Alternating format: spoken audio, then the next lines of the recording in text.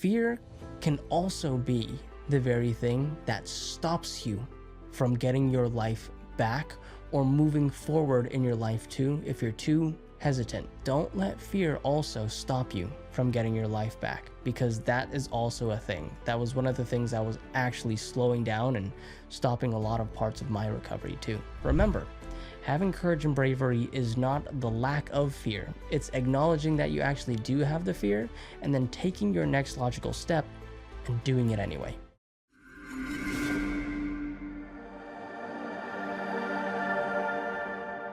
Hey there, Coach Junior here from CFS Recovery, and in this video, we're going to be talking about how to work with the emotion of fear. Just like every other video, I'm going to start this with a disclaimer. I am not a mental health professional, I am not a psychiatrist, I'm not a psychologist, I'm not a licensed anything. I am just somebody who has recovered from this condition and want to share my experience, and hopefully it can work for you and resonate with you with some of the tips and tricks that I have in regards to the specific emotion of fear. Now, why did I want to start with talking about fear first and foremost?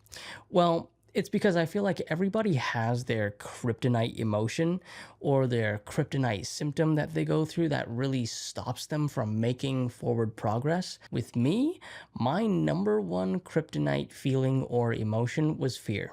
And I'm going to be honest, I practiced fear for pretty much my entire life, even leading up into getting this condition. And I didn't even realize I was living a life out of fear until I got the condition. And what I mean by that is I had a lot of people-pleasing tendencies. I didn't realize people-pleasing was more selfish in nature than I thought, but it's also more fearful in nature. So here's what I mean by that. People-pleasing can be selfish in nature in terms of you're actually doing it because you want people to like you, but it can also not just be selfish. I learned it can also be a very fearful thing that people do, where you're doing it because you're afraid that people won't like you and you'll be outcasted and rejected from the tribe or the group or the community, right? So for me, it wasn't really leaning more towards the selfish, it was more the fearful. And I did a lot of people-pleasing stuff before I got sick. Every time I went to school and studied to get good grades, it was never really because I liked school. I'm gonna be honest, it was because I always feared failing.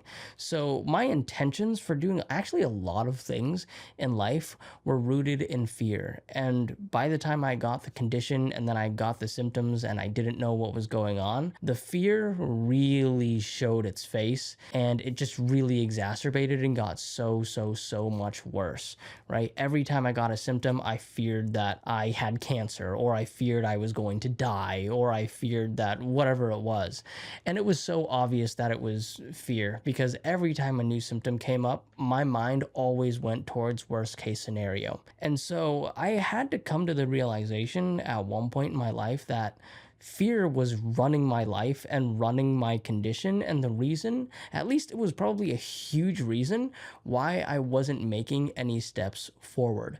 So what I'm here to do here in this video is kind of teach you and walk you through some of the things that really helped me overcome fear and change how I define some really important things that I was taught at a young age that were wrong, and seeing and kind of figuring out how to look at those things in a different way. So with any symptom or with any emotion, we are taught in the mental health world, in the space of self-development, that if you do something at an extreme level in one way, you want to practice is equal and opposite, right? So here's what I'm talking about. Let me give you an example.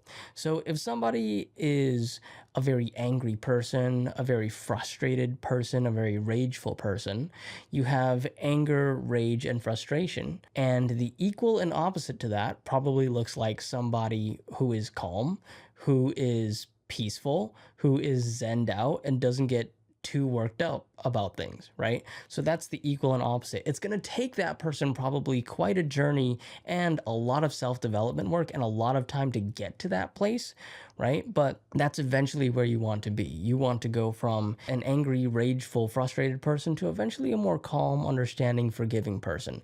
It's equal and opposite. Same thing with anxiousness, right? With anxiousness comes this aura, this energy of chaos, this energy of not being okay with the unknown. Sometimes that's anxiousness. So it's equal and opposite is learning to be okay with the unknown, learning and accepting, and actually volunteering and being willing to sometimes sit in that chaos and not letting it bother you. So that would be the equal and opposite. It's going to take someone quite a long time to get there, but it is possible. So you want to practice the equal and opposite. Those are my two examples there. Let's talk about fear, right? And being afraid and being scared. What do you guys think the opposite of fear and being scared is, right? What is the opposite of fear? A lot of people would say the opposite of fear is courage. The opposite of fear is bravery, right? So if we ask ourselves, we need to take someone who's fearful and turn them into someone who's more courageous and brave.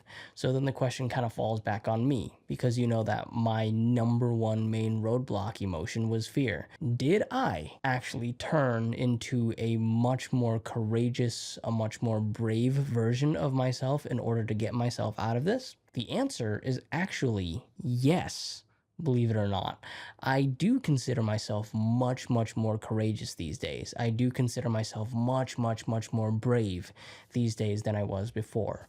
But I do want to make it a really, really important point as to how I currently define courage and bravery, because it's totally different than how I used to define it in the past. I'll tell you what, in my childhood, I was taught that someone who is courageous, someone who is brave, is someone who goes out and does things and lacks fear. Someone who goes out and does things and is not afraid of anything.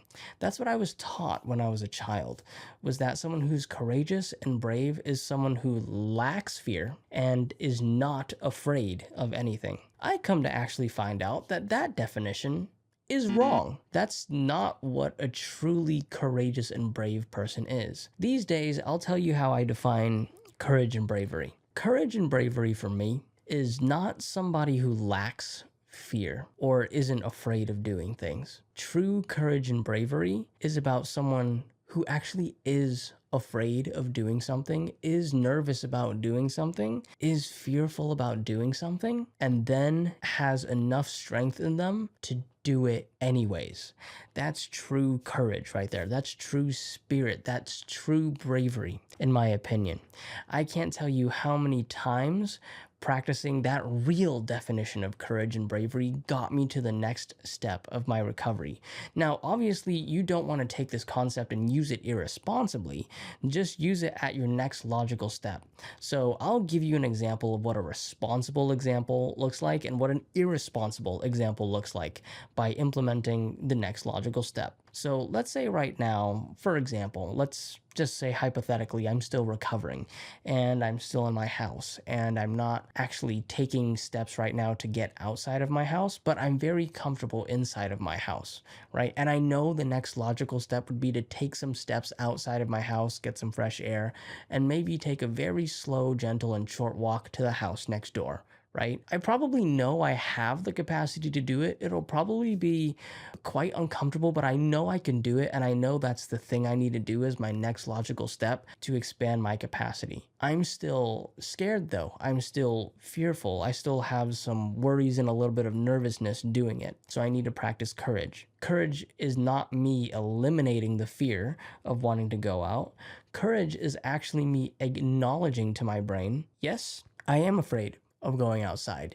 Yes, I am afraid of seeing the blue sky. Yes, I am afraid of getting that fresh air. Yes, I am afraid because I feel safe in my house. I don't feel necessarily safe outside. I would actually acknowledge those things to my brain. And then I would tell my brain, I am afraid. I know I am. And we're going. And then I would open the door and I would go anyways. That's the thing. That's true courage. And then I would make it an effort to gently and very slowly walk outside, get some fresh air, take a deep breath, walk to my next door neighbor's house if I could, if I felt like I had enough capacity, and then go back inside. That's what I'm talking about, practicing true courage and true bravery responsibly. Here's what I'm talking about when it comes to practicing it irresponsibly, because you can practice it irresponsibly. It's me being, again, housebound, not doing much, and haven't since left my house. And then I tell myself, well, yeah, I have fear, but if I just do it anyways, it's practicing courage.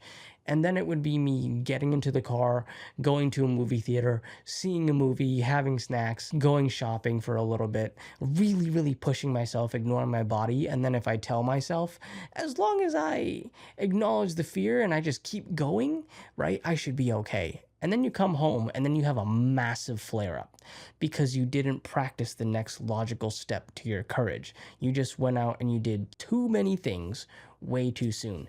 That's the irresponsible way to use courage, because at that point you have to ask yourself, are you being courageous or are you just being stupid?